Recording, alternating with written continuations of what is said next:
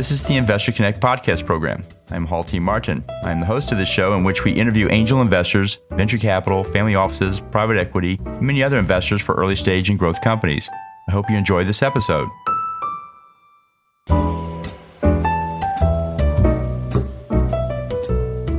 Hello, this is Hall Martin with Investor Connect. Today I'm here with Will Ciolino, founder and CEO of Anthology Corporation. Anthology is a brand new portfolio management system that provides powerful organization for all of your photos. Anthology provides a fully customizable profile UI, which allows artists to extend their creativity beyond just their photos and maximizes given real estate on small devices to bring the viewer's focus on the photos. Keyword tagging allows users to easily find new profiles, photos, and portfolios. Additionally, Anthology introduces beginners and hobbyists to consumers looking to purchase physical prints. It also allows artists to set their own royalty rates, terms, and conditions for licensing. Businesses pay less for stock photos while artists keep more of the revenue. This gives professionals and amateurs the ability to sell and market their skills to consumers seeking private or event photo shoots. Will, thank you for joining us. Hey, Hall, how are you? Honored to be talking to you today. Great. So what was your background before founding Anthology? What did you do before this? Yeah, before I took the plunge into the rabbit hole that is entrepreneurship, so I was an engineer. So I graduated with a degree in mechanical engineering a few years ago. I've always been an artist, always been a creative, and it was a great field really to get into that as well. I started working on a small team in a pharmaceutical consulting lab. Really, that's where I guess I just started learning the ropes and how to become a solver when you're faced with a problem, right? And I took those talents over to a manufacturing plant where we were trying to move multi-million-dollar pieces of equipment from one facility over to another. You can imagine the stress that for a business owner, if you're trying to make this move and these pieces of equipment don't fit at the end of the day, how stressful that must be. So we had to make sure that was going to work out in their favor. And then most recently, I worked for a Fortune 500 pharmaceutical company in their 3D technologies department. So there I was able to work on over 1,000 unique projects doing customized solutions for various different problems across the world. And it was such a rewarding experience because we were working in a relatively small team. So really we were just like a jack of all trades of sorts. We really did full scale operations, everything from design and engineering to prototyping to the fabrication and post-production. And even the shipping and customer relations side of it, it was a tremendous experience from that regard, and it prepared me well for what I'm doing now. So what led you to start working the photo portfolio space? So for me, I've been an artist and a creative for about 9 to 10 years now, give or take. Started pretty small, and I would just find like pictures of drawings online and try to replicate them. And then I found photography, and I really took a liking to it, and I kept with it for years, and I still, to this day, I'm a hobbyist photographer. And I guess to me, what I was able to do with this space was I was always looking for a solution for a problem in a hobby of mine. I knew I wanted to be an entrepreneur of some sort, as I got older, and that really took hold around like the time of when I graduated high school.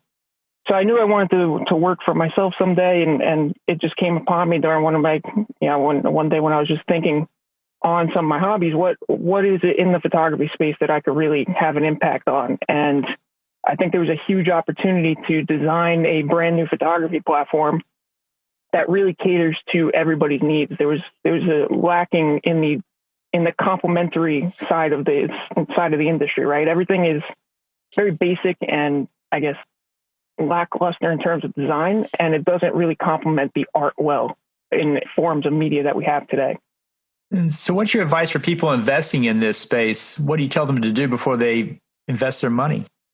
So before investing in the digital or social media space, I try to tell people, don't gloss over the photography market, especially so because I hear a lot of times, and I get this sense after having some meetings with individuals, that we tend to think that this market is too saturated or that the well of ideas has run dry. And that couldn't be further from the truth. The technology is always improving. There's always new artists coming to the forefront. There's always new content. There's new virality left and right all over the place.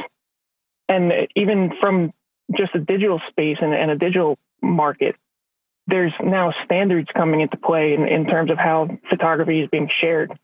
So this opens the door for a ton of new innovation, more platforms, better access, just all around it. The photography industry is not a sleeper cell, so to speak. Well, great. And so tell us more about the sector itself. How do you see the industry evolving? Yeah, so I kind of touched on this a little bit, but I'll kind of segment it out. From my perspective, there are always new technologies coming out, right? We always have new camera equipment. There's always better imaging sensors. Sony just recently announced their new Alpha 1 camera. Nikon, I believe this week, announced a new line of cameras. Online, even from the mobile photography industry, right? You look at things like Google Pixel and what Samsung's been doing for years. There's leaks about the new iPhone 13 coming in the fall with upgraded camera equipment. So there's a ton of new innovation in that space, and everybody's always getting better and better, which is really exciting. On the editing side, right, you have Adobe and what they're doing with Photoshop, Lightroom, and all their suite of products. That is always improving and always getting better. On an individual level, I mentioned that everybody's an artist now. With the advent of these smartphones in our pockets, everybody becomes a photographer. Everybody has access to really high-powered cameras, which just creates perspectives all over the place and makes the world better. It makes the documenting the world just that much better than it was yesterday. But where I think I've seen in the experience that I've had so far, where I've seen actually a regression is in the distribution market. Photographers have felt taken advantage of for some time now. If you think about it, the platforms that we're using, the very empires that they built today were on the backs of us as content creators. And lately they've been turning their heads in the direction of influencer culture and brand marketing. And from a business perspective, I can't necessarily blame them because it's a huge market. There's a lot of money in it. But as an artist, it makes you feel wrong. It makes you feel like there's a lack of acknowledgement and appreciation for what you've helped to build. So I think there's a huge opportunity in this space to promote itself and the artist behind it. And so what's the growth rate of this sector? How fast is it moving forward? So what's nice about the photography industry is typically we see expected growth, and we've come to know that it's measured because it's such a mature industry. It's been around for a while.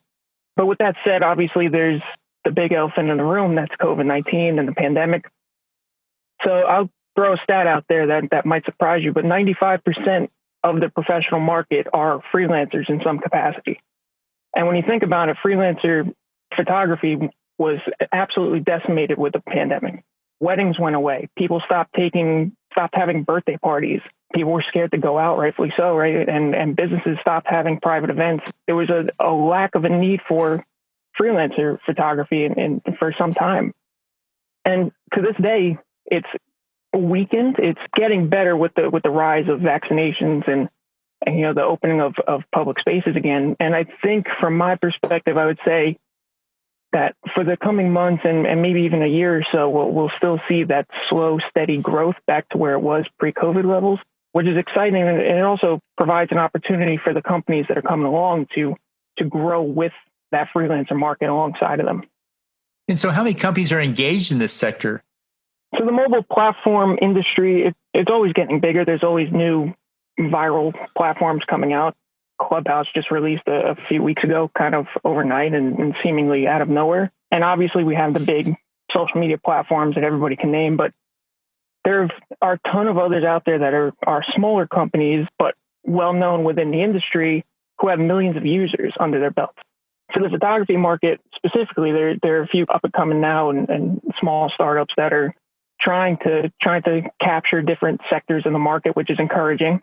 But as an artist, if I put my photographer lens on and I'm just looking for a new platform to use for myself, a lot of times what I tend to see is that these companies tend to mimic a lot of their feature sets based on the bigger platforms out there.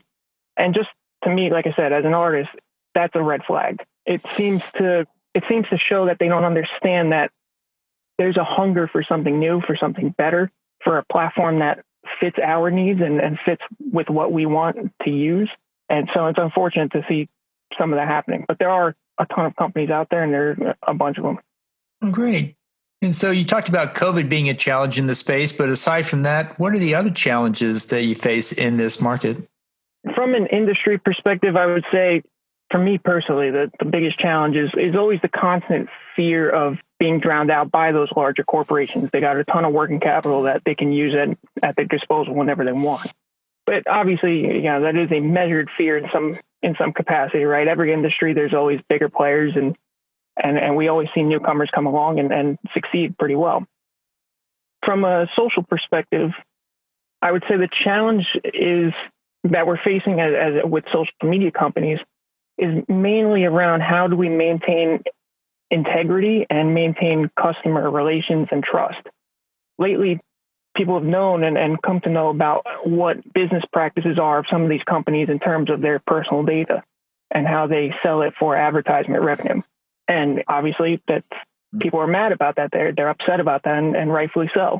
So I think as a young social media company, we have a great opportunity to build our business using a model that doesn't require leveraging that customer data. Some of these larger companies, they've built massive overhead and with the expectations that advertisement revenue is going to be there. So you see them putting a lot of pressure to keep these practices in place. But I think there's a real push to change that. So how does Anthology fit into this overall landscape? So at Anthology, we're building a premium environment where distributive workflows and revenue streams happen all in one space. So what that means is you'll be able to have access to new ways of earning income as an artist. You'll be able to create efficiency in your workflows and just have a platform at your disposal that complements and acknowledges your talents as a creative. Well, great. And can you tell me what the plans are for it? Yeah. So we recently just launched our MVP at the end of January. That allows our artists to start building their personal and professional portfolios. So you'll be able to start putting content onto the platform now. In the next 2 weeks or so, we're going to be releasing some new feature sets, including search and the ability for public-facing profiles. So you'll be able to find your friends and see what other artists are building and what portfolios they've built so far. Towards the end of March, we're building a pretty revolutionary feature for the photography industry that right now I'm kind of hesitant to talk about just a little bit like in these days, but that is coming towards the end of March. And then we have a set of feature sets that will be coming out in the summertime as well around location databases, a marketplace based on blockchain technology, and a ton of other exciting, really cool features that I'm happy to keep promoting. Great. And what's your future vision for Anthology? Where do you hope to end up with it?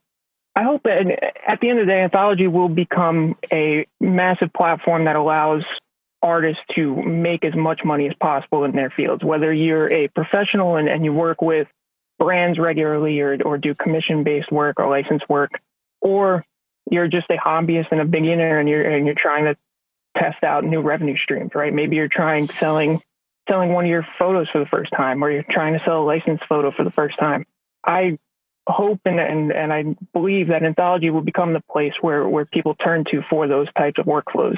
And then obviously I believe we'll be expanding to other countries in the next few years and start helping photographers internationally as well as other markets too, right? There's other creatives that this type of technology can complement. If you think of fine artists and painters and anybody else who really maintains portfolios in whatever capacity.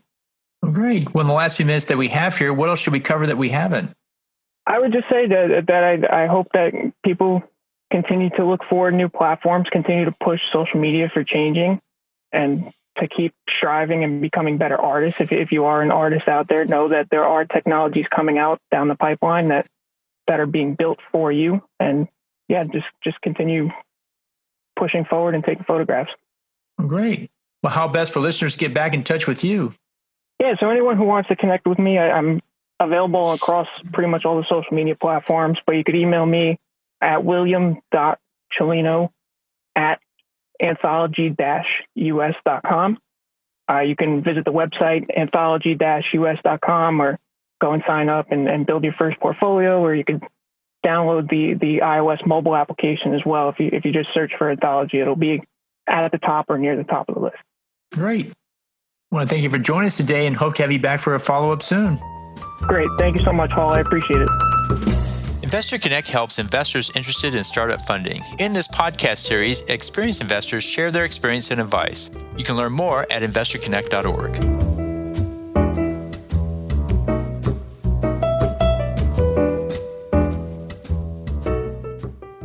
Hall Martin is the director of Investor Connect, which is a 501c3 nonprofit dedicated to the education of investors for early stage funding. All opinions expressed by Hall in podcast guests are solely their own opinions and do not reflect the opinions of Investor Connect. This podcast is for informational purposes only and should not be relied upon for the basis of investment decisions.